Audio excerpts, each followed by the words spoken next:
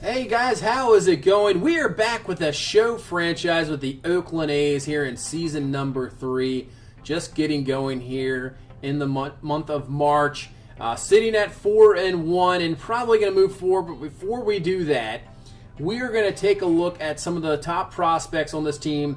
Meaning the 4 guys, the guys we drafted here in the last first and second rounds the previous 2 years in AA. I really wanted to check these guys out, see what they were like. And that's Leslie Dixon, Frank Reyes, Jason Fitch, and Brian Dawley. Interesting guys here to see. So here's Leslie Dixon. He was last year, 2 years ago, first round pick, as Dixon's going to swing through on that. And now on the 2-2 count here. And he is going to hit this one. That'll be just a ground ball to shortstop. Does have some speed, but he'll be out there for out number 1. So really, just going through a couple of these guys at bats, I want to see what these guys have. Because these guys are the future for sure. As Frank Reyes showing the power, that is way back. That is gone. See you later. That's what I'm talking about. 436 will take that. So these guys are good enough. They all have the potential to get up to the bigs. They could be up. Some of these guys could be up within a year or two.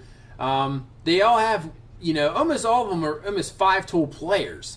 So, I just want to see how they work out, what they look like, and we can maybe, I'm all about just getting them young players up there, and baseball guys disappoint it seems like every year. So, the more depth you have, the more guys maybe you can just bring up, and we'll see what some of these guys can do as Fitch lined out there to first base. But he got good contact on the ball. So here's Brian Dawley. He is our first-round pick this year as he's going to rip into that one. That one is way back, and that's going to be off the wall, over the fence for a ground rule double. So at least we're seeing a couple of these guys get into the ball here, as Dawley does have some speed, but he shows that power. Like I said, a bunch of these guys could be, even 30 guys, 30 home runs, 30 stolen bases. They have that ability, as that will be a ground out there to end of the inning. So, they have Leslie Dixon, like this guy. He's a big guy, as you see, but, he has that ability in the field, the speed. As you see, that's going to be a rip into the gap. And you'll see the speed here as he takes off. He's not just going for 2. He's going for 3. And the throw over to third, he'll be in there. And that's what you'll get from pretty much almost all of these guys, at least in the speed in the 70s, have some power. You can see him just taking off. Easy triple for him. Really not that much of a play. So now bring up Fitch here. And Reyes, he's going to hit this one over to shortstop. It'll get the job done, get the run in. Can't back up the home run, but still gets another RBI on the board. So here's Fitch with a 2-0 count. See what he can do. And he's going to rip this one. Man, that was a high, tight fastball, and he rips that one. That's going to be off the wall. And that one's going to bounce in for a ground rule double as well. So we're seeing everything from these guys. We're seeing the power. We're seeing the good at-bats here. Let's now bring up Brian Dawley on a 2-2 count, and he's going to swing through it. So that's the worst bat we've seen so far. That's going to be out number 2 there in that inning for the strikeout. So we head to the 5th. Here's Leslie Dixon. That's going to be a little blooper, and he's going to hold up. So maybe you got the speed, but you still got to be smart on the base pass instead of going for 2 there. He'll just end up with a little bloop single.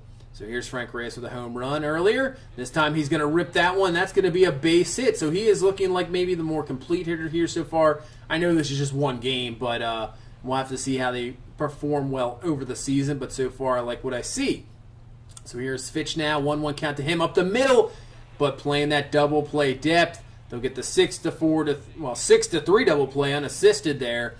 And we'll end up just simming the rest here. We'll continue to look at these guys throughout the season, but so far from what I saw, I'm liking all 4 of these guys, and you never know what the future holds here. Outfield's always a position you need. Chapman at third, who knows what can happen to him. So there's guys there we can, they will have a chance here in the future. So as for our Major League Baseball team, the A's, so what we're going to do here is I think we're just going to sim through this whole month of April and see how this team is shaping up. If we need to make any moves, if everything's looking good, if we get off to a good start, a bad start. I really want to see how this team looks as we sim through now towards the end of the month here, and it's looking pretty good here. And then we get Dustin Fowler tears his Achilles, and he's out for the season. That is a bummer right there. He was hitting 253, 2 homers, 7 RBIs. So, as we go down the minors, though, Jorge Mateo, the guy Fowler replaced because he was so struggling last year and struggled in spring training, having a great year in AAA. So we're going to bring him back up, and hopefully he responds well to, now getting another chance here. So we get into the month of May, and this team is looking good. 26-13, a 5.5 game lead over the Angels, 6 game lead over the Astros. So far, so good. Team is looking good. Blue Jays lead the East over the Yankees, Red Sox. In the Central, the Indians are over the Twins and Tigers and White Sox, but the Royals are only 5 out. So pretty early still. In the East, Nationals over the Marlins and Braves and Phillies. Mets down there already 9 games out. Cubs in the Central have the biggest lead of any division in baseball. 7 game lead over the Brewers. 7.5 over the Cardinals there. And then look at the West. Every team within 3.5 games lead so far. So let's take a look how everybody did through the month there. Steve Biscotti just on fire. 376 average. And look at Jorge Mateo. 364 average. Looking good. Miguel Montero, who he signed, 345. Juan Soto, 313 average. What I definitely expected. Barreto hitting over 300. Olsen, that's what you can pretty much going to get out from Olsen and Chapman. I don't really see any difference there. Nelson Cruz going down a little bit. And Xander Bogaerts, our big-time free agent signing, struggling a little bit, but, not much you can... I expect that. It's a completely brand new situation. You're on the West Coast instead of the East Coast, so might take a little bit of time to adjust. Olsen leading us in home runs. Soto has 8. I think Juan Soto is going to be probably the best player on this team. He's going to be an absolute monster. He's already showing it here just a month into the season. Piscotti actually has 4 stolen bases up there to tie for team lead. As for pitching, Sean Manaea, nothing really new there. 5-0. Blackburn of 5-1. And look at AJ Puck, 5-1. There we go. Mike Soroka 3-2. Graveman, the only one struggling. He's the only one I could see maybe he gets replaced as Kendall Graveman. He kind of struggled a little bit last year. Obviously in the postseason, really struggled. And we have guys down there, depending on what Jesus Luzardo does, guys like that. If they really perform well, you could see him coming up as AJ Puck looking. I'm definitely impressed. 5-1, 3.05 ERA. Cannot really complain about that as Graveman with about a 6 ERA. So we'll let him go probably for another month. If he really continues to struggle there, then possibly that could be a switch. So we're going to head into a game here against the Seattle Mariners. We saw them on opening day, but this time it's going to be in Seattle, and we face Erasmo Ramirez. This will be his 9th start on the year, 2-3 record. And let's see if we can get off to a good end. You can see Steve Biscotti just killing it, 423 here average. And this is actually a Mother's Day game. I did not even realize that. The pink bats are out for display as Biscotti keeps up his hitting streak there. It was 17 coming into this game. Now that's up to 18 with the base hit. So here's Xander Bogaerts, who has been struggling, and the struggling continues there on the 0-2 count. He's going to swing through on the slider for strike 3. So bring up Matt Olson now, 2-2 count to him, and Olson's going to foul that one back there. High slider, kind of got away with that one, did Ramirez. Don't want to leave a lot of those up to Olson because he can just do some damage. As now the 8th pitch of this at-bat, and that one, he's not getting away with that one. That was a 2-seamer that just did not get away like he wanted to. That one is back. That one is gone. 2-run homer for Matt Olson. Continues to lead this team in homers now with his 11th. So we bring Paul Blackburn on the mound. 5-2 record. Had a very good year last year. Continuing here this year. So in the first, we have D. Gordon up to begin this at bat, and he is going to rip this one into a center field. So some reason I always have troubles with D. Gordon, just cannot seem to get him out. And obviously when you get him on the base pass, you have to watch it with his speed. So here's Gene Shakura, and he is just going to take a look at that curveball. You can take a seat, sit down, as Blackburn gets him looking. So now a 1-2 count here to Zunino, and he gets him. Strike 3 there, so it didn't even matter. D. Gordon didn't even get off first base. So heading to the second, Franklin Barreto hitting over 300 this season as well. He's going to rip that one into the gap. That's going to be at least 2. and he will stop there at second here to start this second. So trying to get this 2-run lead up even more here in the top of the second. So bring up Jorge Mateo, and look at that. The guy, send him down, struggling in spring training. It seems like it's working. This one's going to be hit into right field. That'll be an out, but still, that's what you want to see. Just see him be productive. Exactly what you want. It's looking good so far.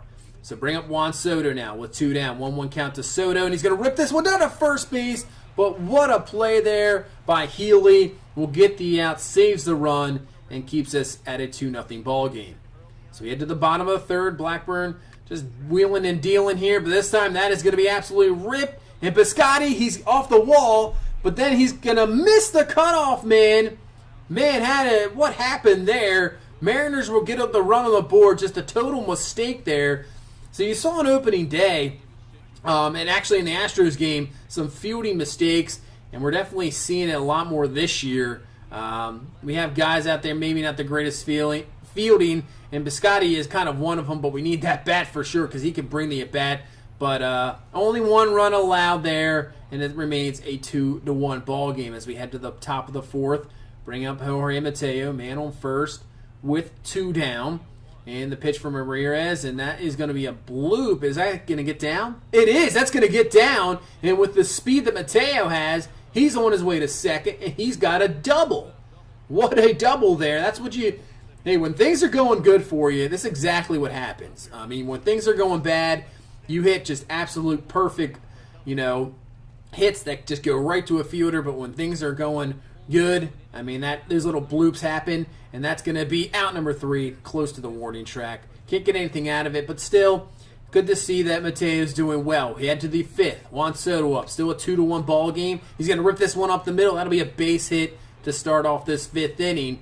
So we're getting some good contact, getting some hits. We just can't bring guys in. So bring up Steven Piscotty now, and he's going to rip this one. That's going to be over the third baseman's head. That's going to be a base hit. Soto will stay at second base. So we have a good rally going here in the top of the 5th. No down with 2 on. And bring up Xander Bogaerts. He's going to foul away that changeup to make this a 2-2 count. And the pitch on the 2-2 count. And there we go. Bogaerts coming through with a base hit. Soto will score. Piscotty on his way to third. And maybe that's the hit that Xander Bogaerts needs to get going here. Nice job there coming through with the men in scoring position. The Mariners have seen enough. They will go to the bullpen, bring on Mike Leake here to get out of this jam here in the 5th inning. So bring up Matt Olson. And Olson's going to rip this one up the middle. That'll be a base hit. Piscotty will score. Bogaerts over to second. So now the 4-1 ball game coming through with some big hits here in this 5th inning and extending our lead. And now Nelson Cruz, the former Mariner, struggling this year at age 39. And he goes down swinging there. And now bring up Matt Chapman. Chapman's going to rip this one. That's going to be right there for Sano over to Segura for the double play. But at least we got 2 on the board here in the 5th to make this a 4-1 ball game. And right now that might be enough because the way Paul Blackburn's dealing, it is looking good. Is this going to be a pop-up here from Segura? Soto will be over it to end the 5th inning, and nothing done there for the Mariners. So bring up Cano here in the 6th. 2-2 count on 2 outs. He's going to ground this one over to Bogaerts, who bobbles it a little bit. Plenty of time, uses that great arm he has, and gets Cano there to end the 6th. So now we head to the 7th. And here's Xander Bogaerts, who came up big earlier last time. And this time, that somehow, I don't know what happened there, but I'll take it. Gets the base hit. We'll load the bases here with no down here in the 7th. So really now here's the chance to really extend this ball game even more. But that is going to be a double play. We will get the run scored, but still, that'll kill that rally real quick. As that's a 5-1 ball game. As we now move to the 8th, that's a 6-1 ball game. Paul Blackburn still rocking over 100 pitches and gets out of the 8th inning, making this still a 6-1 ball game. We'll bring in our former closer, Ryan Butcher, here to close this one out pretty much, as I'll get Cano swinging on the slider for strike 3. And you see Blackburn's numbers, 8 innings, 6 Ks, 8 hits, only 1 earned run. Just having a fantastic season once again. And now that's Seager going down on the strikeout. So Butcher looking good here. And then trying to get this final out. And that will be a ground ball over to Chapman, over to first, and we'll take care of the Mariners here in this ball game and get a 6-1 victory. And if we can just continue to pitch like that, and even the hitting, because I think we ended up with about 17 base hits in this ball game. We just got to improve the average with men in scoring position. That's really what we have to, get going. But still, I mean, even 6 runs. The way our pitching has been, if we just if we put 6 runs every game, and we are going to win every game here. The way our pitching has performed, not even this year, but last year too. That's what really propelled this team, which I thought was maybe a year away from making the playoffs, and we made that run last year, win the division, and it's just carried on, I think, into this year, and that's exactly what's, hopefully it can continue. So that's going to do it for this one. Another win for this A's team.